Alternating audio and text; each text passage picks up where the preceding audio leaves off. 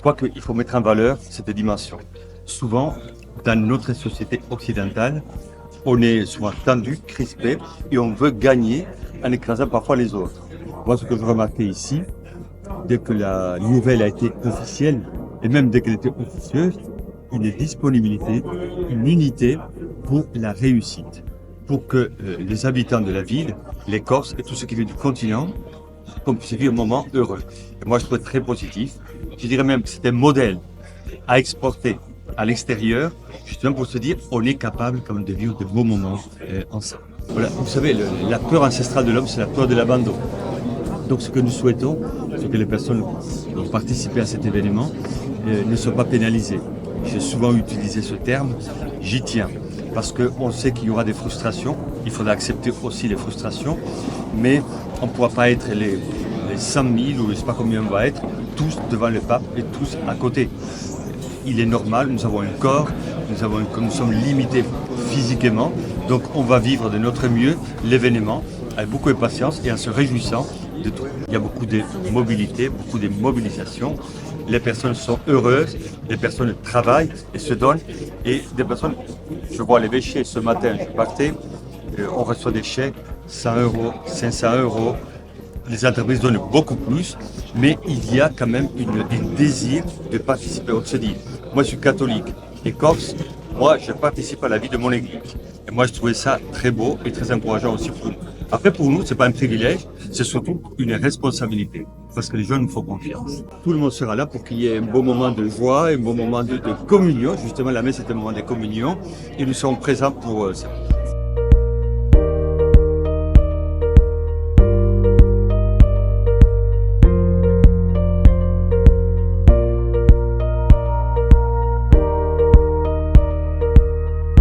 Les nuits sont courtes, les jours sont courts, c'est une course contre la montre. C'est vrai que c'est un défi en termes d'organisation et de temps qui est un peu exceptionnel. C'est vrai que quand on voit Marseille qui a organisé cet événement en 9 mois et que nous on a 3 ou 4 semaines pour pouvoir le réaliser, on a l'impression effectivement vu de loin que ça paraît impossible. C'est difficile mais c'est pas impossible. La preuve c'est qu'on est en ordre de marche. Et après j'ai envie de dire que dans l'adversité peut-être qu'on est plus efficace. Oui, le bloc local est mobilisé depuis même avant même l'annonce officielle. Donc, quand on a su en fait qu'il était possible que le pape se déplace à Ajaccio, on a quelques réflexes liés, je dirais, à notre expérience sur l'organisation d'événements, certes pas de cette ampleur, mais on sait effectivement techniquement et en termes d'ingénierie quels sont les réflexes à avoir. Donc tout de suite on s'est mis en ordre de marche. On a été aussi force de proposition sur une idée d'un parcours, etc. Et tout de suite ça a fusionné avec l'ensemble des équipes qui aujourd'hui composent le comité de pilotage, que ce soit les services de la collectivité de Corse, du diocèse, les services de l'État et les équipes du Vatican aussi, quand elles sont venues en déplacement pour faire des repérages, elles ont pu apprécier, me semble-t-il, l'efficacité, la réactivité de nos services suite à l'annonce de la venue papale. Oui, c'est un événement qui est hors norme et je pense qu'on ne mesure pas encore à quel point il est. On a une vraie fierté, un vrai enthousiasme collectif et ce, quelle que soit l'affinité que l'on peut avoir sur les questions religieuses. On ne peut pas être, je dirais, indifférent à cet événement qui va bercer, je dirais, nos pensées jusqu'à la fin de nos jours, j'ai envie de dire. Et ça sera inscrit effectivement dans notre histoire locale et d'y participer aujourd'hui, c'est tout simplement magique.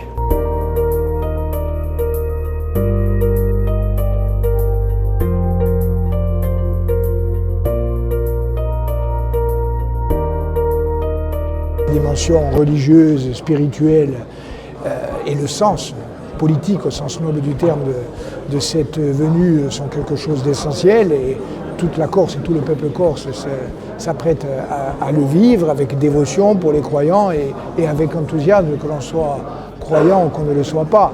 Et puis il y a une dimension logistique extrêmement importante puisque c'est vrai, il y a à la fois la contrainte objective de ce que suscite la venue du pape en termes d'affluence en Corse et dans la ville d'Ajaccio, et puis le fait qu'il a fallu le faire dans un temps très court, mais je ne doute pas que nous allons réussir. Je crois que c'est le pape lui-même et notre cardinal, Monseigneur Bustillo, qui ont lorsqu'ils ont expliqué le sens et les raisons de cette venue, rappeler qu'il y a à la fois la question de cette laïcité bienveillante et inclusive telle que nous la vivons de façon naturelle et apaisée en Corse, puisque la religion catholique fait aussi partie de notre vie communautaire, de notre histoire et de notre culture, ce qui n'exclut pas le respect du principe de laïcité. La deuxième dimension, c'est le territoire insulaire et méditerranéen. La Corse est une île de Méditerranée et la Méditerranée, comme espace de dialogue et de fraternité, compte beaucoup pour le pape François.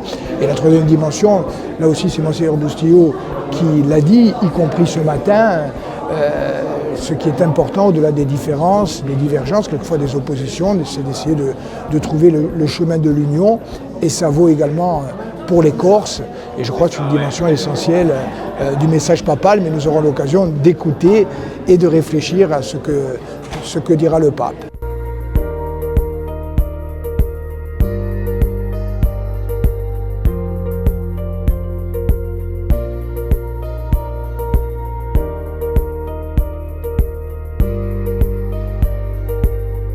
Schématiquement, ça ne sera pas un jour comme les autres, effectivement. Il sera possible pour les piétons de déambuler très librement dans l'essentiel d'Ajaccio.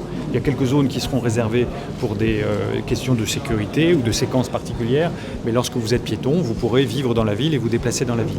Il y a des événements emblématiques, évidemment la messe à 15h30 au Casone et puis de façon déportée sur la place Mio. Et puis il y aura la possibilité de voir la déambulation du pape sur le boulevard Charles Bonaparte en fond de baie. Voilà. Mais pour l'essentiel, pour les piétons, donc il sera possible de déambuler dans la ville.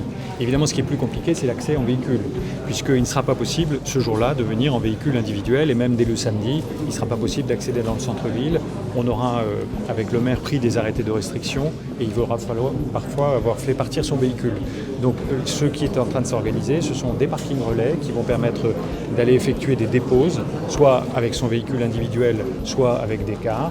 Les cars qui achemineront les gens vers les lieux de messe vont pouvoir, eux, entrer dans la ville par des parcours réservés. Mais véhicules individuels, ne prenez pas votre véhicule individuel en pensant venir en ville. Alors, ce chiffre de 100 000, il est évoqué par certains. Moi, je ne le reprends pas forcément parce que personne n'a la vérité mathématique. Ce qui est sûr, c'est qu'il y a beaucoup plus d'attentes que de possibilités d'être dans ces lieux directs.